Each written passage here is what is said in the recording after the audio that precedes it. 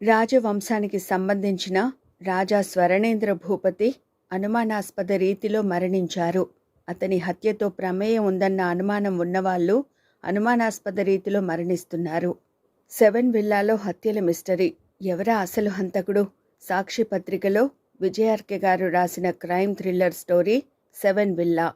మొదటిసారి ఛానల్ను చూస్తున్నట్లయితే సబ్స్క్రైబ్ చేసుకోండి. ఈ కథ నచ్చితే షేర్ చేయండి, లైక్ చేయండి. ఇక కథలోకి వెళ్దాం.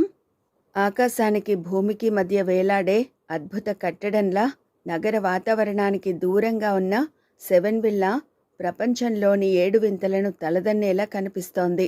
మొన్నటి వరకు కళాకాంతులతో ఒకనాటి వైభవానికి గుర్తుగా నిలిచిన సెవెన్ విల్లా ఇప్పుడు ఒక ప్రశ్నార్థకంగా నిలిచింది. వందల ఎకరాల్లో విస్తరించి ఉన్న ఆ ప్రాంతం నడిబొడ్డున ఉన్న సెవెన్ విల్లా ప్రత్యేకతలు వింటే ఆశ్చర్యంతో కళ్ళు పెద్దవవుతాయి. కొన్ని దశాబ్దాలకు పూర్వమే నిర్మించిన ఆ విల్లాలో రాజా స్వరణేంద్ర భూపతి రాచరికానికి నిలువెత్తు సంతకం. అలాంటి రాజవంశానికి సంబంధించిన రాజా స్వరణేంద్ర భూపతి అనుమానాస్పద రీతిలో మరణించాడు. రివాల్వర్తో ఆత్మహత్య చేసుకున్నాడన్న వాదనకు సరైన అన్వేషణలో ఉన్నారు పోలీసులు. కాదు, అతని మీద విషప్రయోగం జరిగిందని రాజా స్వరణేంద్ర భూపతి బంధువులు ఆరోపిస్తున్నారు. రాజా స్వరణేంద్ర భూపతికి పెళ్లి కాకపోవడం, వారసులు ఎవరూ లేకపోవడం వల్ల ఇప్పుడు ఆ విల్లా హక్కుదారులు లేక వెలవెలబోతోంది. అందులోని విలువైన వస్తువులు, కోట్లాది డబ్బు అదృశ్యమవుతోంది. ఆ విల్లాలో పనిచేసిన వారు శవాలవుతున్నారు. ఇప్పుడు ఆ విల్లాలోకి ఒక అపరిచితుడు ప్రవేశించాడు. తలెత్తి చూసినా కనిపించనంత ఎత్తులో ఉన్న సెవెన్ విల్లా వైపు చూసి వీపుకు వేలాడుతున్న ఎయిర్ బ్యాగ్ను తీశాడు. జిప్ ఓపెన్ చేశాడు. అందులో నుంచి ఓ ప్రాణి కదులుతూ బయటకు వచ్చింది, ఒళ్ళు గగురు పొడిచేలా. అది ఉడుము. దాన్ని చాలా క్యాజువల్గా చేతుల్లోకి తీసుకున్నాడు. దానికి ఒక వైరు లాంటి తాడు చుట్టబడి ఉంది. 2 చేతులతో గిరగిరా తిప్పుతూ బలమంతా చేతుల్లోకి తెచ్చుకుని పైకి విసిరాడు. ఆ ఉడుం తన ఉడుం పట్టు చూపించింది. ఆ తాడును గట్టిగా లాగి చూశాడు. ఉడుం పట్టు ఎలా ఉంటుందో అనుభవంలోకి వచ్చింది. ఆ తాడు సహాయంతో పైకి ఎక్కుతున్నాడు.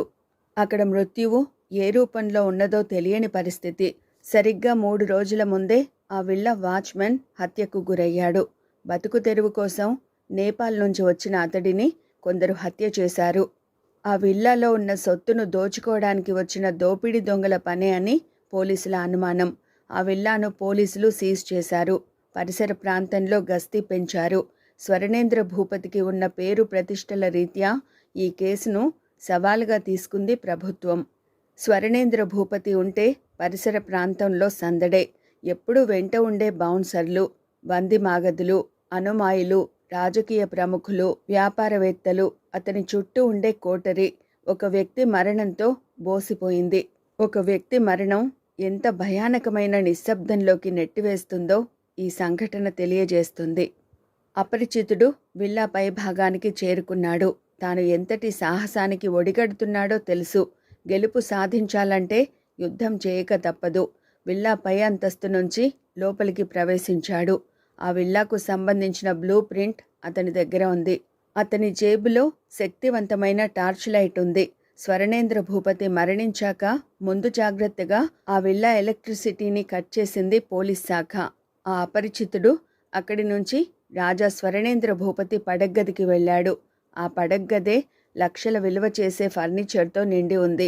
ఎక్కడ చూసినా ఖరీదైన సామగ్రి, విశాలమైన మంచం, జర్మనీ నుంచి దిగుమతి చేసుకున్న మంచం. ఆ పడగ్గదిలో క్రైమ్ సీన్. ఈజీ చైర్లో కూర్చొని రివాల్వర్తో కాల్చుకున్నట్టు విల్లా కేర్ టేకర్ చెప్పాడు. రాజా స్వరణేంద్ర భూపతి పడగ్గది నుంచి రివాల్వర్ పేలిన శబ్దం విన్నట్టు చెప్పాడు. ఆ గదిని నిశితంగా పరిశీలిస్తూ మిర్రర్ వైపు చూశాడు. ఒకేసారి 7 ప్రతిబింబాలు కనిపించే ఆ మిర్రర్లో 8వ ప్రతిబింబం కనిపించినట్టు అనిపించి ఉలిక్కిపడి చూశాడు. అక్కడ ఎవరో తచ్చాడుతున్నట్టు అనిపించింది. అక్కడి నుంచి ఆ విల్లాలో ఉన్న గదులను వరుసగా చూస్తూ వెళ్ళాడు. సరిగ్గా 30 నిమిషాల తర్వాత ఆ అపరిచితుడు ఆ విల్లాలో నుంచి బయటకు వచ్చాడు. ఉడుమును ఆ పరిసర ప్రాంతంలో వదిలేశాడు. విల్లాను దాటి వెళ్తుండగానే అతని తల మీద బలమైన దెబ్బ పడింది. అలానే నేల మీద కూలబడిపోయాడు. ముఖ్యమైన పోలీస్ అధికారులు ఆ హాల్లో సమావేశమయ్యారు. ఆ హాల్లో వారికి ఎదురుగా 7 విల్లా కేర్ టేకర్ ఉన్నాడు. అతను భయంతో వణికిపోతున్నాడు. విల్లాకు కాపలాగా వాచ్మన్ చనిపోయిన కేసులో దోపిడీ దొంగల్లో ఒకడి ఆచూకీ దొరికింది. పలు దోపిడీ కేసుల్లో ప్రధాన నిందితుడు. అతడి పేరు వడియప్ప. పోలీసులు ఈ విషయాన్ని మీడియాకు చెప్పి మిగతా నిందితులను త్వరలోనే పట్టుకుంటామని చెప్పారు. పత్రికల్లో వార్త వచ్చిన 8 గంటల్లోనే దోపిడీ దొంగ వడియప్ప బార్లో హత్యకు గురయ్యాడు. పోలీసులు ఈ మిస్టరీని ఛేదించారు. వడియప్పతో బంగారు నగల వ్యాపారి కుమ్మక్కై దోపిడీకి ప్లాన్ చేయించినట్టు ఆధారాలు సేకరించారు. ఆ బంగారు నగల వ్యాపారిని అరెస్ట్ చేయడానికి రంగం సిద్ధమైంది. అప్పుడే ఒక షాకింగ్ న్యూస్ తెలిసింది. గుడికి వెళ్ళి ప్రసాదం తిని ఇంటికి వస్తున్న బంగారు నగల వ్యాపారి కారులోనే మరణించాడు. అతను తిన్న ప్రసాదంలో విషం కలిపి ఉంది. వెంటనే పూజారిని విచారించడానికి సిద్ధమైంది పోలీస్ శాఖ. గుడికి వెళ్ళేసరికి గుడి వెనుక పూజారి హత్య చేయబడి ఉన్నాడు. పూజారి దగ్గర రాజా స్వరణేంద్ర భూపతి చేతి బంగారు కడియం దొరికింది. అయితే అతను నకిలీ పూజారి అని, ఆ రోజు అసలు పూజారిని దారిలో కొందరు దుండగులు అడ్డగించి కొట్టి పడేసి వెళ్లారని తెలిసింది. భక్తులు కొత్త పూజారి అని భ్రమపడ్డారు. 7 విల్లాలో అనుమానితులు ఒక్కొక్కరు మరణిస్తున్నారు. హత్యల మిస్టరీ అలాగే ఉండిపోయింది. ఆ హాల్లో ఉన్న పోలీసులు కేర్ టేకర్ సిద్దప్ప వైపు చూసి కూర్చోమన్నారు. మీరు భయపడాల్సిన అవసరం లేదు, ఈ హత్యల మిస్టరీ తేలిపోయింది చెప్పారు. ఎవరు? ముందు అతన్ని అరెస్ట్ చేయండి. నమ్మకంగా మా యజమాని దగ్గర 40 సంవత్సరాలుగా పనిచేస్తున్నాను.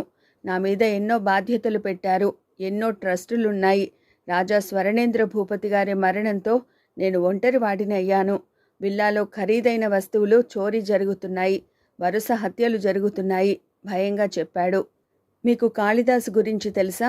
అడిగాడు ఓ పోలీస్ అధికారి సూటిగా సిద్దప్ప వైపు చూస్తూ. తెలియదు అయోమయంగా చెప్పాడు. మేము సేకరించిన వివరాల ప్రకారం రాజా స్వరణేంద్ర భూపతి మిమ్మల్ని కూడా నమ్మకుండా గత కొన్నేళ్లుగా కాళిదాసును తన వ్యక్తిగత సహాయకుడిగా నియమించుకున్నాడు. కేవలం ఫోన్స్ ద్వారానే సంప్రదింపులు చేసుకున్నారు. 2 రోజుల క్రితం కాళిదాసు విల్లాలో అడుగుపెట్టినట్టు సాక్ష్యాలు ఉన్నాయి. బహుశా రాజా స్వరణేంద్ర భూపతికి ఉన్న 1000 కోట్ల ఆస్తిని కాజేయడానికి అతను కుట్ర పన్ని ఉంటాడు. నమ్మక ద్రోహానికి ఒడిగట్టి ఉంటాడు. ఇదే అతని ఫోటో అంటూ ఓ ఫోటోను అతని ముందు ఉంచారు. ఆ ఫోటో చూడగానే సిద్దప్ప కళ్ళు పెద్దవయ్యాయి. బలవంతంగా కళ్ళు తెరిచాడు అతను. అంతా చీకటి. తన కళ్లకు ఎవరో గంతలు కట్టారని అర్థమైంది అతనికి. అంతేకాదు, అతనికి మరో విషయం కూడా అర్థమైంది. తన చేతులు వెనక్కి విరిచి కట్టేశారని. అతను గింజుకోలేదు, ఆలోచిస్తున్నాడు. తానెక్కడ ఉన్నాడో గెస్ చేయడానికి ప్రయత్నిస్తున్నాడు. అతను తన ఎడమ చేతిని మణికట్టు వరకు తీసుకువెళ్లే ప్రయత్నం చేస్తున్నాడు. అప్పటికే తనను బంధించి ఎంతకాలమైందో తెలియడం లేదు. కానీ ఒక్క విషయం స్పష్టమైంది. కేవలం కొన్ని గంటల వ్యవధి మాత్రమే. ఎందుకంటే రోజుల తరబడి తనను మత్తులో ఉంచడం సాధ్యం కాదు కనుక. అతని చేయి మణికట్టును తాకింది అతి కష్టం మీద. రిస్ట్ వాచ్ తగిలింది. రిస్ట్ వాచ్కి రాడ్, బొడిపెను గట్టిగా ప్రెస్ చేశాడు. వాచ్ ముందు భాగం నుంచి చిన్న 2 అంగుళాల కత్తి బయటకు వచ్చింది. అతని మొహానికి చెమట్లు పడుతున్నాయి. క్షణాలు గడుస్తున్నాయి. అతని చేతికట్లు విడివడ్డాయి. మణికట్టు ఎర్రగా కందిపోయింది. తల మీద రక్తపు చారికలు. 7 విల్లా బయట తనను తల వెనగ్గా కొట్టడం గుర్తొచ్చింది. ఎక్కడో పాము బుస.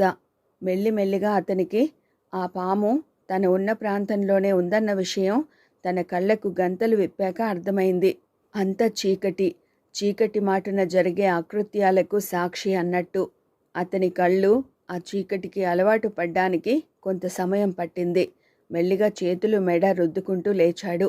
అలాగే గోడను తడుముకుంటూ లైట్ వేయడానికి స్విచ్ బోర్డు దగ్గరికి వెళ్ళాడు. స్విచ్ వేశాడు. లైట్ వెలగలేదు. పాము పాకుతూ వస్తున్నట్టు అతని పాము చెవులకు అనిపించింది. ఇలాంటి వాటిలో అతను తర్ఫీదు పొందినవాడు కాబట్టి. ఆ లైట్ వెలగదు మిస్టర్ కాళిదాస్ అన్న మాటలు వినిపించాయి. ఈ లైట్ వెలగకపోయినా నా బ్రెయిన్ లైట్ వెలిగింది మిస్టర్ సిద్దప్ప అన్నాడు ఆ అపరిచితుడు. అవతలి వైపు నుంచి క్షణకాలం నిశ్శబ్దం. నేను సిద్దప్పనా? ఎలా కనిపెట్టావు? ఎలా కనిపెట్టావని అన్నావు గాని నేను కాదు అనలేదు. అది కాకుండా నీ గొంతు నా మైండ్లో రిజిస్టర్ అయిపోయింది అతను చెప్పాడు. ఎలా? ఎప్పుడు? అయినా నువ్వెప్పుడు రాజా స్వరణేంద్ర భూపతి దగ్గర చేరావు? నన్నెలా కనిపెట్టావు? నువ్వు నన్నెలా కనిపెట్టావో అలా నవ్వుతూ అన్నాడు. అంటే అర్థం కానట్టు అడుగుతూ సెల్లో ఉన్న ఫ్లాష్ ఆన్ చేశాడు. ఆ విశాలమైన గదిలో వెలుతురు వచ్చేసింది.